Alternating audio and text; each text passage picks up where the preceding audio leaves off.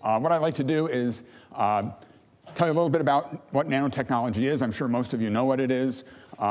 Talk about some developments that are occurring right now that will lead to products, hopefully in the not too distant future, and then what I see as being on the horizon. So just to get us all on the same page here, what's nanotechnology?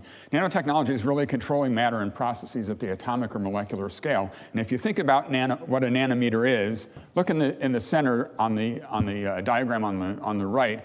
The diameter of a single-walled carbon nanotube is about 100,000 times smaller than the diameter of a human hair.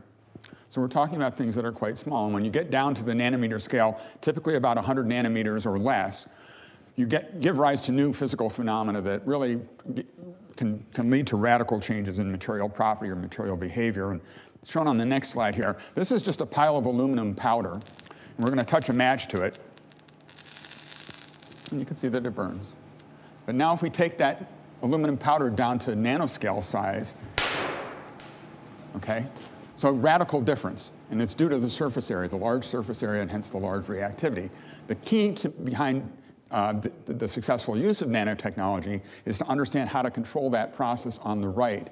How can I make these nanoscale particles, get them to do what I want, so that maybe I can do something that's shown on this slide.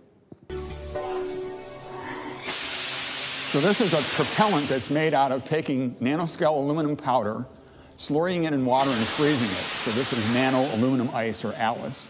And this is a team from Purdue and Penn State University that did this work. So that you're actually seeing this propellant burning now on a rocket test stand. But the challenge is to take it now to be able to launch this rocket.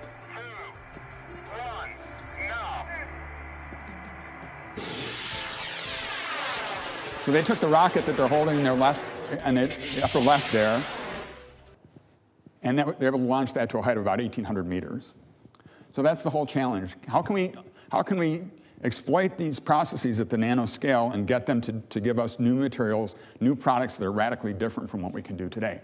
What's radically different about that propellant is the way that NASA, who I'm on loan from, does rocket propulsion is they either use cryogenic propellants, liquid hydrogen and liquid oxygen.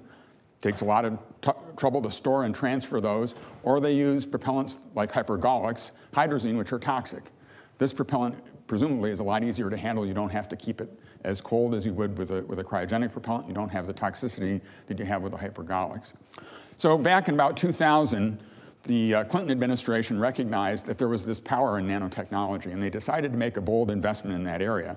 And they established the National Nanotechnology Initiative, with the goals of doing four things. The first is advancing world-class nanotechnology research. We want the U.S. to be the top in the whole world in nanotech R&D, new innovations in nanotechnology.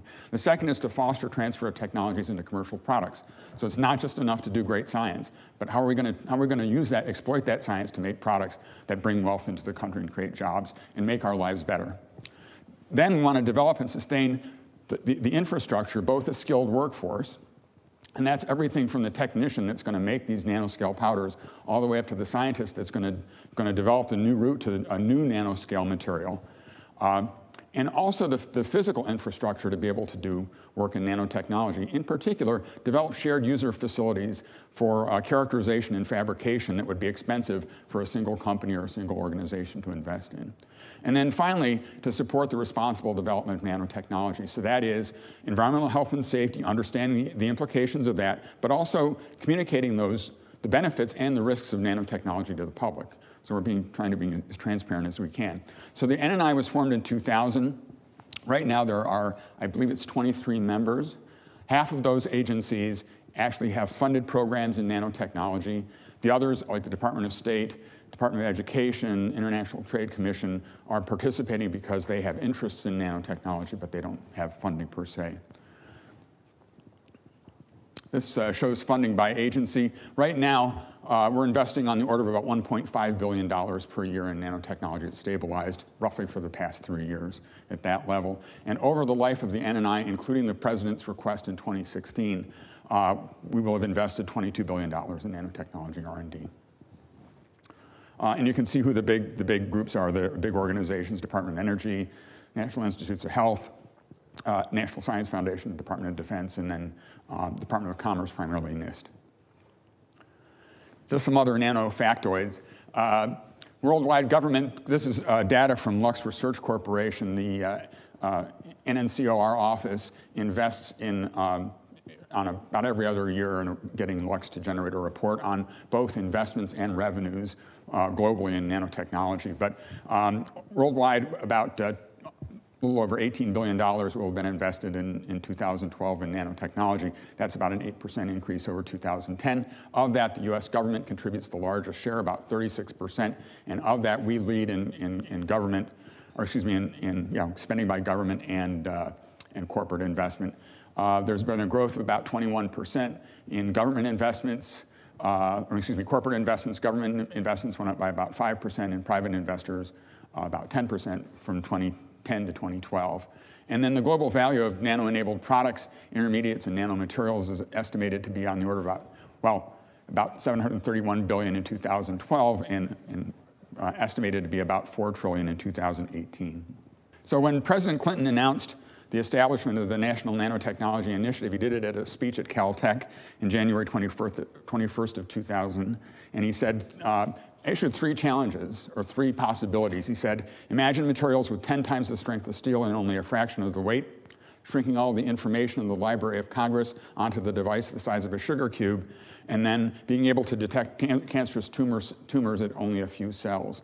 And actually, if you look at what's happened over these past 15 years, we've done a pretty good job of doing that. With regard to high-strength materials, we actually now have carbon nanotube fibers that you can think about putting into composites. The strength maybe is not quite as good as what we'd like to have them, but over the past couple of years, significant progress has been made. I'll actually talk about that a little bit more.